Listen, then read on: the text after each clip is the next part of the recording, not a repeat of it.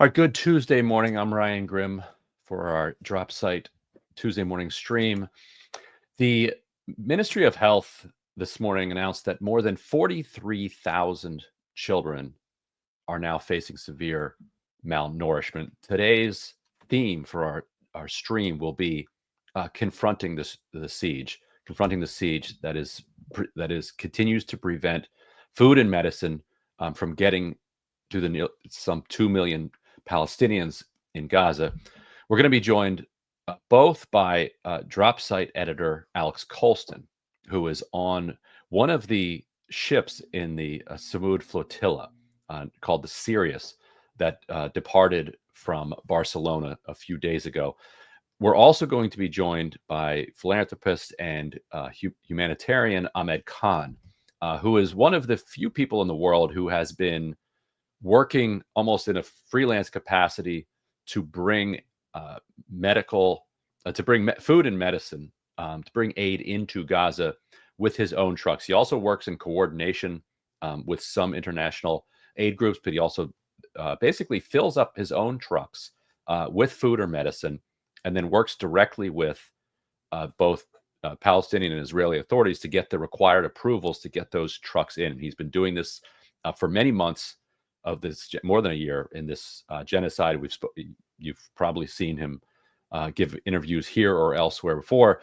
What he's going to outline today are the logistics and the difficulties that he faces on a kind of minute-by-minute basis, trying to get these trucks approved and into Gaza. He'll be joining us a little bit later in the stream, and a couple minutes down. First, we're going to be joined by Alex Colston to get an update on how the flotilla is going. So, Alex, really appreciate you taking some time to be with us here this morning. I think, is this your maiden voyage on the Drop Site live stream or no? Thank you, Ryan, for having me. This is live stream from the ship. Yes. There you go. So, can you talk a bit about the departure? Like, where did you leave from? Who is on the ship with you, and what are the organizers saying is the kind of stated goal? Sure. So we technically didn't leave Barcelona until last night. We stopped in a marina to make sure all the boats were more or less, filled up with gas and everything was working and everyone had enough supplies for the duration of the voyage. There was a launch event on Sunday where everyone got assigned to their boat and then went to their boat, and then we were seen off by a huge crowd of people, and it was sort of shocking how many people showed up to the port. But it's a port in Barcelona. It's right off of La Rambla. Along that main commercial strip is where a lot of the trainings and the preparations were had in different buildings. Like a trade union on La Rambla was one of the places where we did some training. The organizers, I was just going to say one last thing, which is the organizers want to create a humanitarian corridor, basically, as a way to break the siege. Their aim is to have enough ships present on the shores of Gaza to create a passageway for supplies and aids, including the aid on the boat, to reach the shores of Gaza. What kind of numbers are we talking about? Originally, I had seen reports that there might be up to 50 ships. How many ended up being seaworthy enough to launch? So 24 ships left from Barcelona. The weather was really rough last night. We had a storm we had to go around, and so 5 ships weren't able to sail through it, and they returned back to Barcelona, which we considered towing one of the ships from this. The Sirius is a very big World War I sized sailing vessel. It's one of the bigger ships in our convoy. So we were thinking about trying to tow them, but that didn't work out. So the numbers vary because they're not entirely confirmed, but we're still under the impression that over 50 ships will ultimately end up being corralled together from Tunis Italy, and Greece in order to go all at once. That is the aim, at least. And are the 5 that turned around, will they be rejoining? Or is that it Unclear. for them? Right. It's unclear. And what kind of supplies, if you do manage to, get through to Gaza? So I'm not entirely sure on that. We have water and food and baby formula and stuff like that on board here, both for ourselves and then in excess. I do believe that the main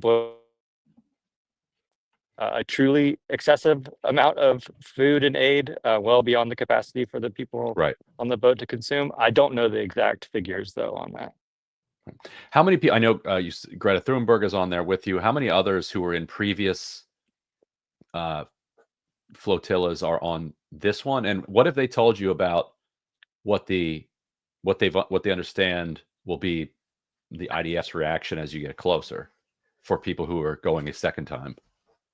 Sure. So Tiago Avila is also on the main with Greta Thunberg. This is the second largest vessel going in the Siriuses. But in the trainings before, we talked about that extensively. I mean, the main sentiment expressed is it's can't be anticipated exactly what they'll do. I mean, we have contingency plans for a whole range of situations, but based on what's happened in the past, interception, they will board the boats, likely deport everyone involved, ban them from Palestine for upwards of 10 years. And then in some cases, people have been jailed.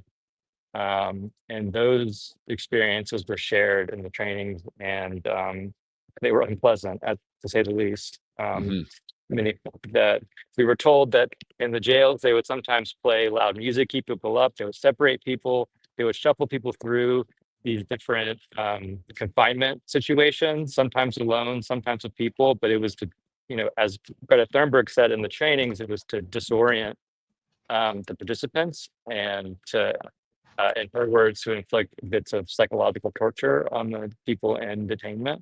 So if that's any standard or measure for what it might be like, that's maybe something to expect, but I'm not, but none of us are certain about the ultimate outcome. Yeah. Who's on the various ships? Like, where are the people coming from? Are we talking activists, politicians, legislators, humanitarian aid workers, like journalists? Like, what kind of people are you sailing with? All of the above. It was slated and organized as a civilian convoy, and so people from all walks of life are represented here. There are over 44 delegations from different countries, many of them from the West, but not only. I spoke with Mohammed Nadir Al Nuri, who is represents Malaysia and a Southeast Asia contingent. And those members from those delegations are on this boat as well. Actually, there's a member of Podemos who's on this boat. There's a member of the Argentinian parliament on this boat. There are people from Brazil on this boat. It's all over. So in other words, the aspiration of the action, which was to be global, is in many respects achieved and represented among the boats. And how long are you expecting until you're closer to Gaza? We don't know. We guess 2 weeks, 2, 3 weeks, 2.5 weeks, maybe. I guess that was the slated itinerary. I mean, but as we learned last night, the weather is unpredictable and we might get stopped for longer than we want. We're going to stop off in Tunis and meet up with the boats there as well. And so, but we won't stay for long. We'll stay as long as we need. And we don't plan to disclose any of that information out of security concerns. Have you gotten much, or have you and the others gotten much reaction from the broader media? Is there interest in this convoy, or Like, what are you sensing? There's a lot of local press at the press conference on Sunday. So in Barcelona, there was a lot of press response. Outside of that, I'm not certain, really. Al Jazeera is represented among the people on the boats, media people on the boats. There are a handful of other media organizations among the crew, but I'm not entirely certain what the scope of media coverage is. I mean, apart from what we're doing and apart from a handful of other people who are on media. So what's it like? Can you see the other ships in the flotilla? No. um, Did you I'm, lost them in the storm, or how quickly did that happen? I think we're all more or less along the same sort of nautical lines. We're all in the same longitude. We're all going in the same direction, but I don't know exactly the coordinates of every boat. The crews of each boat do know that. They're in contact the whole time. They have Garmin GPSs and they're more or less coordinated. That, of course, did not go as planned last night when the internet and the electricity cut off on our boat and for other boats. And there was a moment of uncertainty about where everyone was. But by and large, the coordinates of boats are known to the captains and to the crews. And there also is a nonprofit. I should say two things. There's a nonprofit who does search and rescue that's also trailing the boats to in case anything goes wrong. And then also Forensic Architecture is doing like basic forensic GPS to track the boats so that we know exactly where everyone is internally. Right. All right. We have Amed Khan ready to join us. So if you can stick around, I want you to be part of this conversation as well. Amed, thank you so much for joining us. Our editor, Alex Colston, is joining us as well. He's on one of the now apparently 24 ships that are part of the Sumud Flotilla. He's taking a less orthodox approach to getting aid into Gaza. You've taken more of the straight ahead. What are the forms I need to fill out? Tell me how I need to get the food and medicine into Gaza, and I'll do it. So we wanted to hear, directly from somebody who's been involved with that, what the actual, process is like on a day-to-day basis. So first of all, thank you so much for joining us. Hey, Ryan. Hey, Alex. That's really great what you're doing there. And so just to set the context for people, effectively, how long have you been delivering aid into crisis zones around the world? I've been working in war zones for almost 30 years, working for large international NGOs, and then more recently, the last 15 years, delivering humanitarian assistance with my own personal foundation that I fund myself. Right. Okay. So this is not new.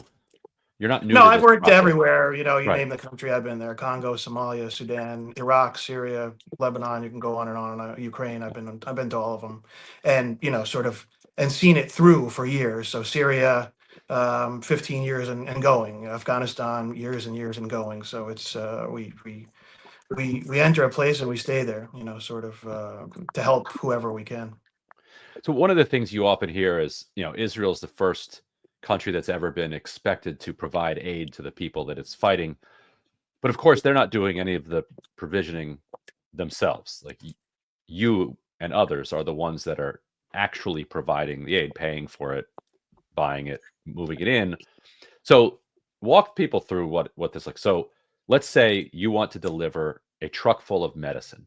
Like what are steps 1, 2, and 3 that you have to go through?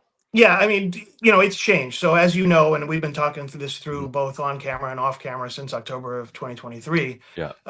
And you know it well, but for your audience, the medicine has been very limited since May. Very few deliveries and consignments of medicine has been allowed into Gaza since May of this year.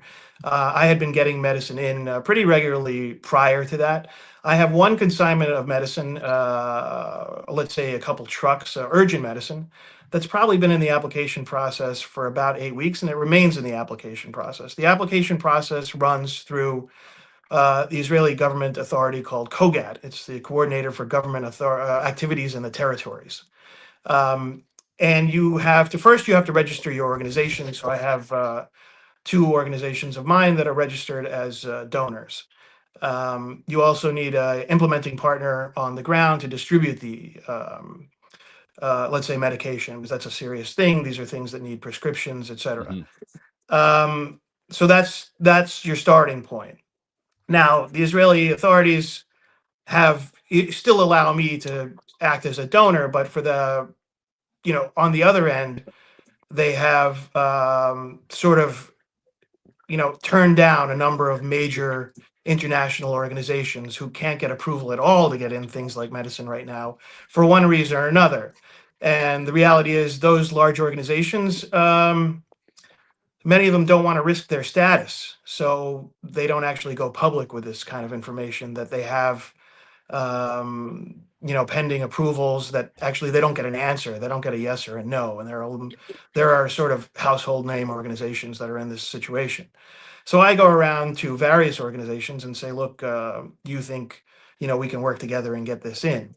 So then you start the process, and you need a packing list, and you need the packing list in a certain way. And many times they'll ask for clarifications or corrections on the packing list.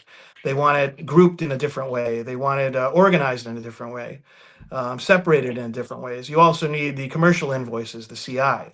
How much did you pay? Where were the items from? Where were they manufactured? Where are you buying them from? Who's paying? Me. So it's a long process, and then you wait, and then you get something called a donation number.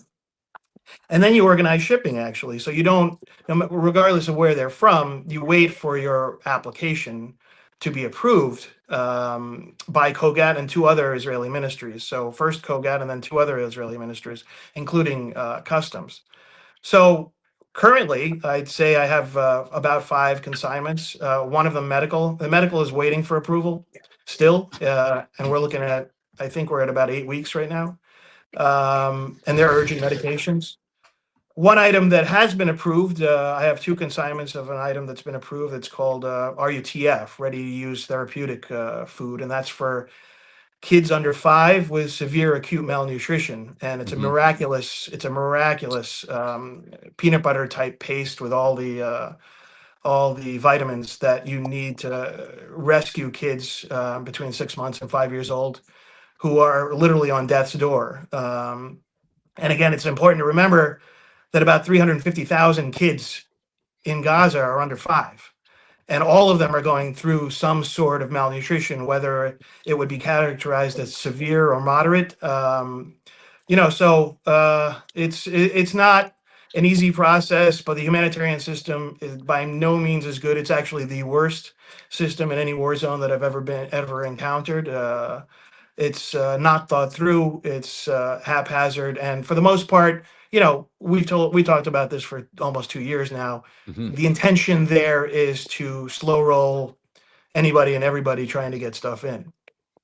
And Alex, feel free to jump in with any questions that you have too. But so what does it take to get sent effectively like back to the drawing board? So you've got your peanut butter, you got your aspirin, you've got your prescription medications. They tell you they don't like the order it's in the truck, and they want you to reorder the truck. No, this is the order in the actual application process. So you've got like Excel files, and you're handing in sort of documents, PDF documents, and so they don't like the way the items are listed. Yeah, they don't like even though they told you that's the way they wanted it, and then sort of they'll make the changes. So it's basically starvation by bureaucracy or administration. It's just another method of slowing things down. And as we've talked about, in Gaza we need 1,000 trucks a day, not 100, and we're getting 100. And so they're celebrating the 100, but the 100 leaves people with literally food that they don't really need, because essentially it's rice and flour. You need a stove for that. Where's your stove? You need gas to run that stove. Where is that gas coming from? So you need stuff like, I'm bringing like the RUTF, RUSF, which older people can use as well, and other items that are ready to go. You don't need water. You don't need cooking, because this situation is it's a famine, right? All famines are political crimes, but this is, next level political crime. So I'm to understand that basically the bureaucracy is part of the blockade. Have you what are the ways that you've tried to get around the bureaucratic hurdles? Well, no, I just don't go away. So it's just being relentless and Right. never going away. So, we'll just keep fixing it and keep coming back. And that's just the way we operate. And so I think they're trying to wear you down. So I've been contacted actually, when other organizations here, I get approvals, they say, we don't have approval. So, literally I got a sort of cold message in my foundation email with someone who has 30 tons of RUTF, an organization, and they haven't been able to get approval, and said, like, can you help us? And I said, sure, we'll help. I have no guarantees, but we're just not going to go away. We're just going to keep submitting and keep submitting and keep submitting. And, they try to wear you down. They try to slow you down. And, we know that, right? Like, we've known that from day one. We've known what the purpose of this entire operation is. We've known everything. And Ryan, like, people have told us we're crazy from the beginning, right? Like, and every time we've been proven correct. It's exactly what's going on, what the purpose of this is, why we have to go through these things, and we just won't go away. Do you ever get any human reactions from the officials that you're interacting with, or is it just a straight, nope, the cell line T here needs to be shifted to N, and we're off for the next 4 days, and this person's gone, and so you send it to the wrong inbox, and so, or is there anybody who's ever been helpful? Yeah, no, back Like, channel. we can move this quicker. There are absolutely actors involved in the bureaucracy who mean well and are trying to help, but they're in no, they're in no position to help. And I feel, I've done this everywhere. I know that they want to help, and I can say I've been helped by sort of anonymous government officials going the extra mile to do something, but their bosses have no interest in any of this, and that's just the reality of it. In your experience, how often does it happen that people just give up? They say, like, okay, it's been 6 months and this. Oh, I think the majority of them probably, sort of, let's say, small foundations. I think the majority of them probably give up. The large multinational organizations never give up because they know what they're dealing with, and they just keep going as well. And then they keep trying to get back on the good side of the Israeli authorities. That's the reality of it, right? So they won't say anything negative. They will be careful. They'll modify their language. They'll calibrate their language in public statements. Like, you've seen some of the public statements that the larger multinational organizations have put out, and they sign on. And some large organizations don't even sign on to those because, their goal is they want to operate, right? Like, and so whatever it takes. And I think, like, for me as an individual, I suppose they could figure out how to shut me down. But at the same time, normalizing this sort of behavior is, it's insane, right? So I'm just going to say whatever I have to say. Do you ever point that out to some of these larger organizations who are tiptoeing? Like, the tiptoeing, not Yeah, just, I mean, I feel, I feel the tiptoeing's not working either. I feel what they're going through. I'm not in their situation, so I'm not like a critic or a pundit, as you know. I'm just a person who tries to do stuff, and so I'm kind of agnostic on it. I mean, I just know that that's why I'm not running a large multinational organization, right? Like, I'd be fired like day one, right? So, but it takes all of us, right? Like, so it takes everybody who can, everybody with the time, with the effort, with the ability, doing what they think is right. And I think they think they're doing what's right, and and I have no problem with that. But I'm not gonna go like like that Spider-Man meme where they're all shooting each other. I'm not gonna do that, right? Like, so I applaud everybody who's trying to do what they think is right.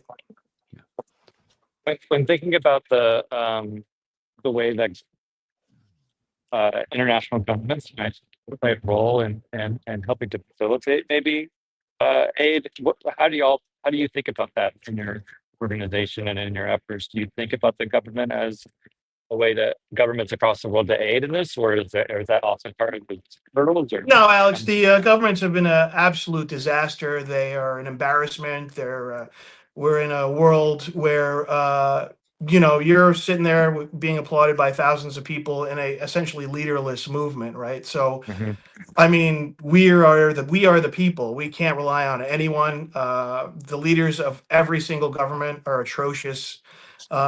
Any single one of them has let's say, not developing world governments, but even they have the capacity to do something more than they're doing. You can't say that anybody is punching at their weight, any sort of Mhm. government. So we don't look at any sort of government as someone to rely on or someone to help us, because I think we only have us. That's all we have, and we have sort of our solidarity among each other. But our governments, all of our governments have I don't know, sold us out or whatever you want to call it. They have none of them can actually be happy to look themselves in the mirror and said I did the right thing.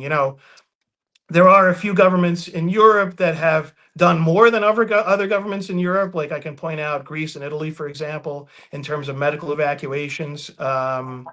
They quietly do a lot of good work. But I mean, in terms of the whole, you can't really say, hey, this one is great. Yeah. So we don't, we just sort of, it's a private operation. We have to deal with the government of Israel to get stuff done. But, we're not looking for help from anybody. And clearly our own government in the United States has been, of no help at all, for the entire time, whether it was the Biden administration or this one. They have been an absolute disaster because, for example, in all these governments, there are experts who know all this stuff, who know how to do all this stuff. So we had people at USAID, the British have people in there, the Germans, the Norwegians, everybody has no shortage of experts who know how to calibrate this stuff, who know how to get stuff in, who know how to work the bureaucracy, but it's all silent. No, go ahead. No, I just wanted to affirm that I would say that each and every person I've talked to who is participating in this flotilla has said a version of this, no matter what country they come from. They have said a version of this exactly. Now, so what about looting? So once you've gotten your truck approved to go in, there was reporting this morning that Israel believes that its arming of the Abu Shabaab gang, for instance, has been very helpful because these gangs are increasingly taking over larger swaths of territory. A lot of these different Israeli-backed gangs are then looting the trucks as soon as they basically cross the border. On the one hand, if it's food, it's getting in, it gets looted, and it eventually gets eaten. I guess it gets there. If it's medicine and it needs to go to a hospital, to a pharmacy so that it can be distributed to people who actually need the medicine, sounds like looting is an existential threat to that. So how do you, as somebody organizing these convoys, factor that risk in and try to counteract it? There are routes, and sort of like the World Health Organization, for example, has convoys that are secure. You can use security companies as well. There are certain methods we take, and certain, I can't really get into all of it, but there are certain sort of things we can do to prevent what we call self-distribution. So with regard to food, if it's a father, sort of desperately looking for anything to feed his kids, and a truck goes by and he jumps it, even the United States government doesn't see that as necessarily looting. They just sort of see it as self-distribution. Now, in terms of our stuff, the RUTF, RUSF, and medicine, we don't need to see that being sold in the market. So we take a variety of steps to make sure they get to the warehouse they meant to get to, and then to the hospital that they're meant to get to. And that it takes a significant level of expertise in this environment. If the Israeli government was serious about it, then it would be very easy, because it's really not that complex. Obviously, as the United States government and the Israeli government have both found that there was no sort of identifiable large scale Hamas looting of anything. And that's been my experience with all the trucks that I've sent in over 2 years. Never, not once. So, you know, the enemy is clear. Yeah. I mean, for people that are confused about that, Israel has 24/7 complete drone surveillance. So if there was any Hamas looting, they would spot that immediately. They would see that. Well, I mean, they control, like, I've said this before, but I think it can't be emphasized enough. I've said it with you, for 2 years, that, the Israelis control every border. They control all access to Gaza. There's no other alternative way to get into Gaza without Israeli approval.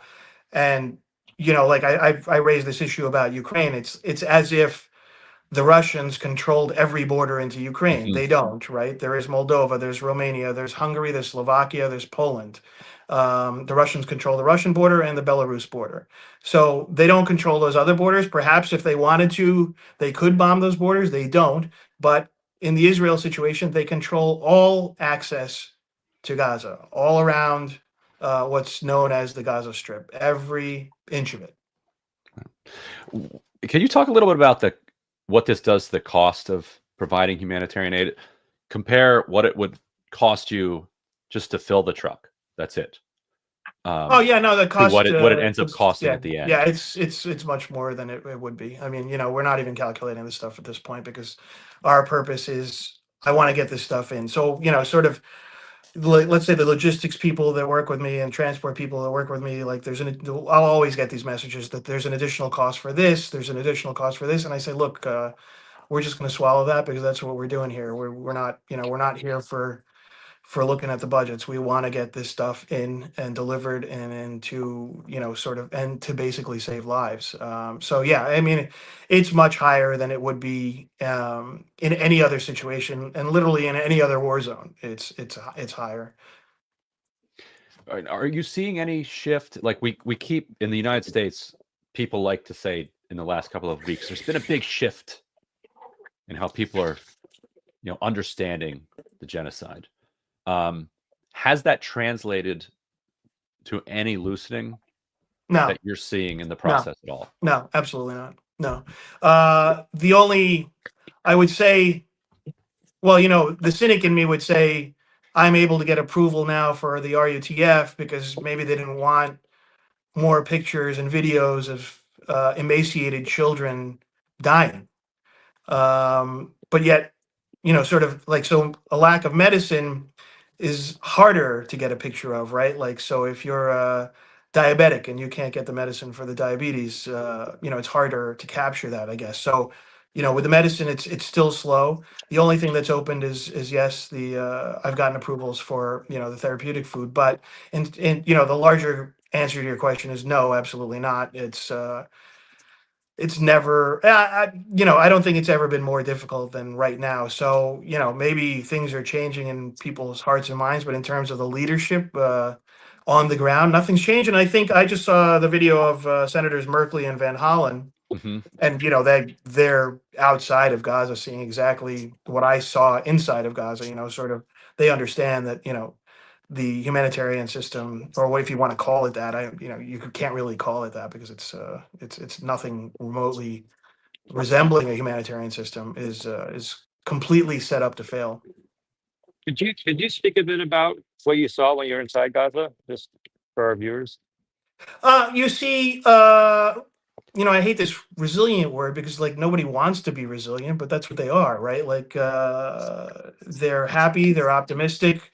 They get bombed every night. So, for example, one night it was bombing all around the place I was staying, and the woman who was looking after us, like the sort of caretaker of the guest house, said, did you enjoy the music last night? And these are 250-pound bombs, 500-pound bombs, and 2,000-pound bombs. These GBU 39 and GBU 54 falling all around us, and they with a smile, and they would say, that's our night every night. So the people, the spirit of those people, I think.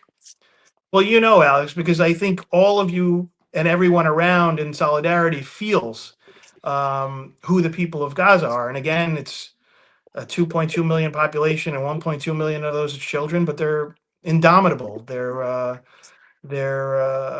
relentless in their optimism that tomorrow will be better. But in terms of on the ground, everything is destroyed. Everything is flattened. You drive and drive, and there's rubble everywhere.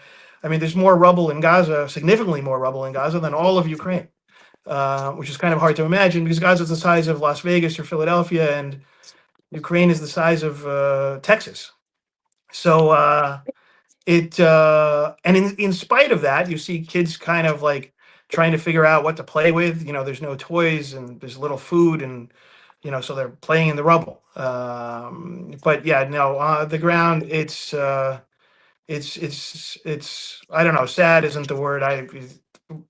It's well, I think I've said to Ryan, like, nobody else on earth has experienced what these 2.2 million people have experienced. Like, nobody.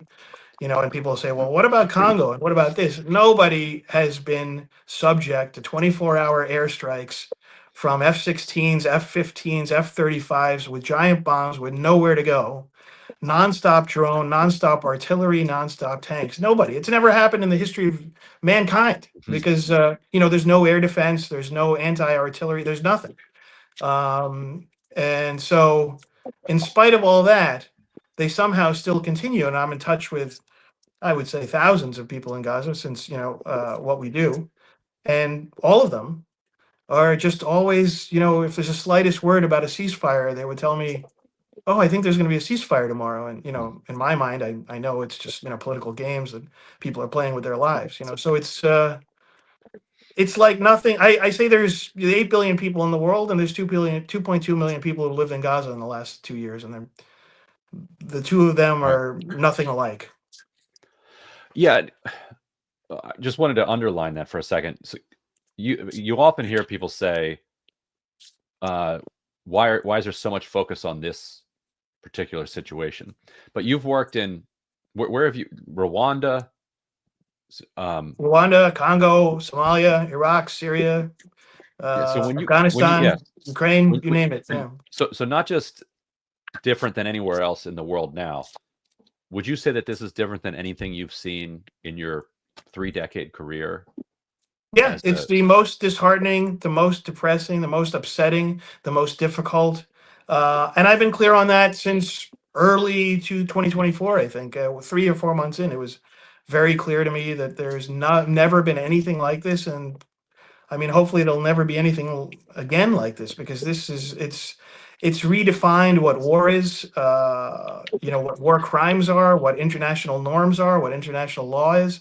It's broken everything that sort of was put in place in after World War II. And so in our lifetimes, none of us have seen anything like this. You've also been pretty directly involved in medical evacuations, going back to the beginning. Can you talk about what the process is for that? How difficult it is to get approvals, and how severely in medical crisis you have to be to get anywhere close to the approval process? There are thousands and thousands of people who are on this list, and it's who maintains this list? The Gaza Ministry of Health, and it's impeccable. It's immaculate. Like, it's all details through all the hospitals, and you can't even figure out how they're doing this with intermittent electricity and all the attacks on the hospitals. You really can't figure out how they come up with all this information with identification and history and case files with all the details of whatever injury someone has received. And it's often airstrikes, it's often artillery, it's often shrapnel, and it's essentially what can't be treated inside Gaza. And they managed to treat somehow with almost no medicine and working conditions that only those health workers that do this every day, both from Gaza and the international ones that have been, many, as you know, have been banned for speaking out about what they've seen, because they've seen things that no one has ever seen. There are thousands and thousands of people on the list, a large number of children. And essentially, you need countries to take these people. You can't. There's no other way. So my involvement is actually just sort of encouraging heads of state to take specific cases that have been very difficult to find a home for. But the numbers again are they're embarrassing. I can say that less than 1,000 patients have been evacuated to Europe, let's say. There's the UAE, there's Jordan. So if you're looking at hundreds of thousands of people in need of evacuation, I'd say at different levels, but certainly in need of evacuation. It's piecemeal. The European evacuations go through a system that actually works, but you can't get approval. So it's WHO, it's the ERCC and EU CPM, and these are EU mechanisms for this purpose, and they work perfectly. But again, they need approvals from the host country governments, and that's where it's just very slow. What about on the COGAT on the Israeli side? If you can get an approval for a host country to take a medical evacuation, how difficult is it at that point to get? Oh, now that's not difficult actually, because they're happy to see everyone go. So we were clear from the beginning that this is ethnic cleansing activity. So now when you've got people who in the beginning of the genocide, you could say, let's say if there was a child, maybe the mother would want to go, but the rest of the family would want to stay. And now they've made it so difficult that everyone wants to go, right? So the uncles, the aunts, etc., and they're happy with that. But how do you find a government that will take that entire family? And it's just not happening. I mean, that's just the reality of it. There are thousands of people who are languishing, whether they're in the hospital or at home, essentially waiting to die because they can't get out. And then, there's another thing, and I think I mentioned this to you. They do this thing where they break up families. So, I was directly involved in a situation with a small child, and they refused to let his mom go. So his father became the caretaker. And so now their family's broken up. Majority of them are in Gaza, and the father and another one are looking after, the infant who's under 2. And that's miserable, right? Like, so the father's not a caretaker, and he's being one, and then he's worried about the rest of his family, his other children and his wife in Gaza, who are often in direct fire.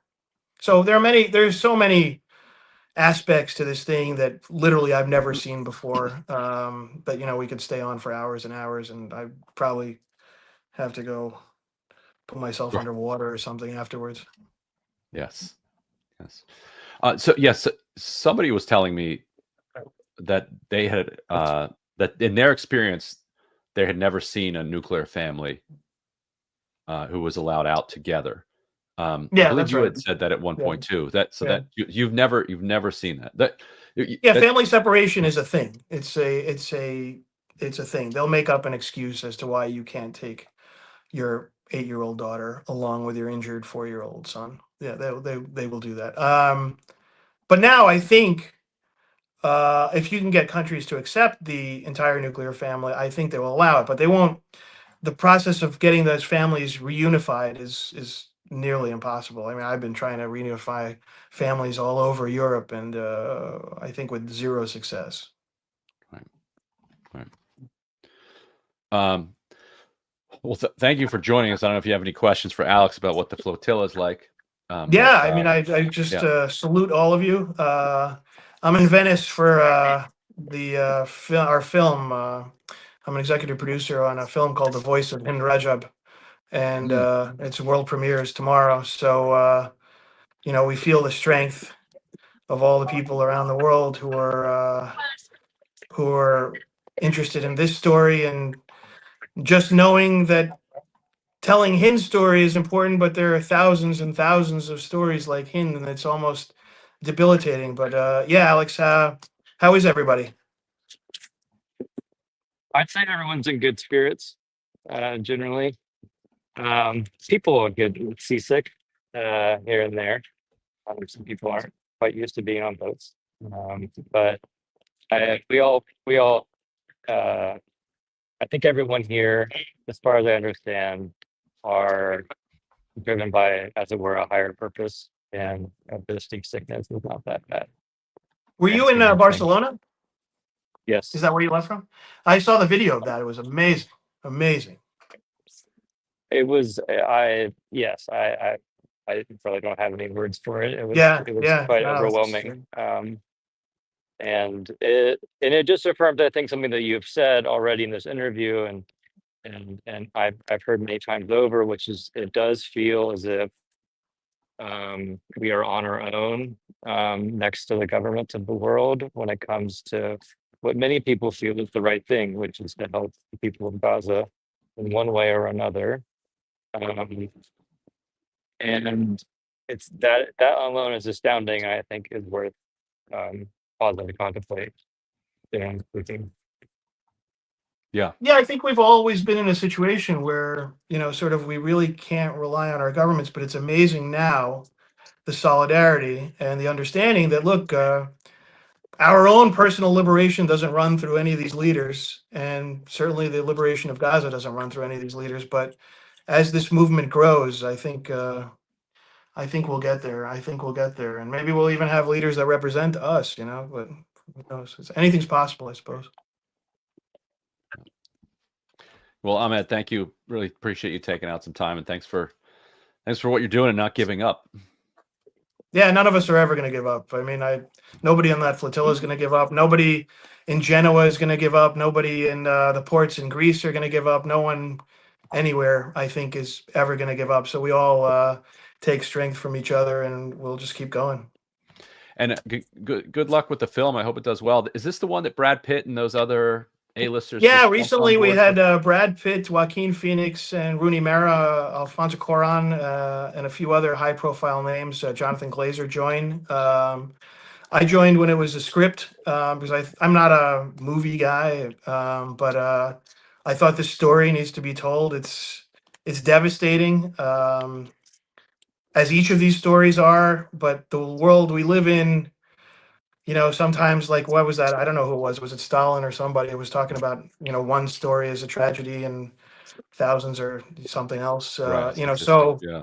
yeah. So the director, Kauthar bin Hania, who's a brilliant storyteller, has weaved together a very realistic feature film about what happened.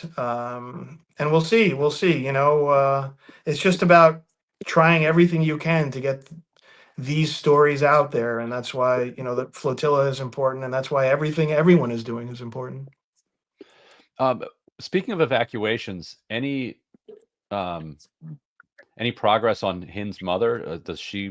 I assume that she would like to be evacuated, and I assume that she's also at risk. Yeah, I can't really talk about any of result of her- that. I Yeah.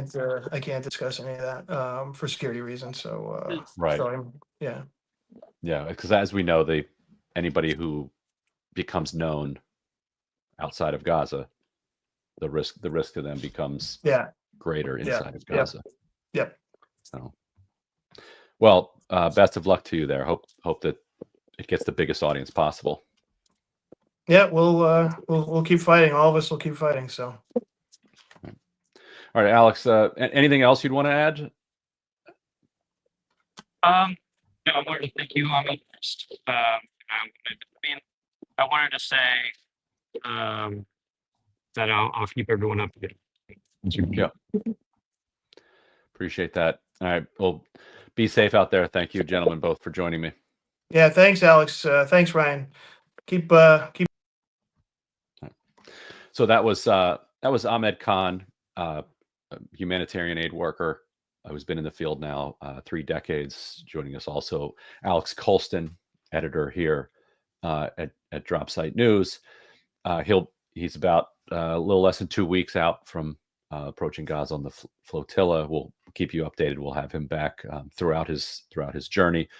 On behalf of all my colleagues here at Dropsite News, I wanted to thank everybody for watching, and we will see you again soon.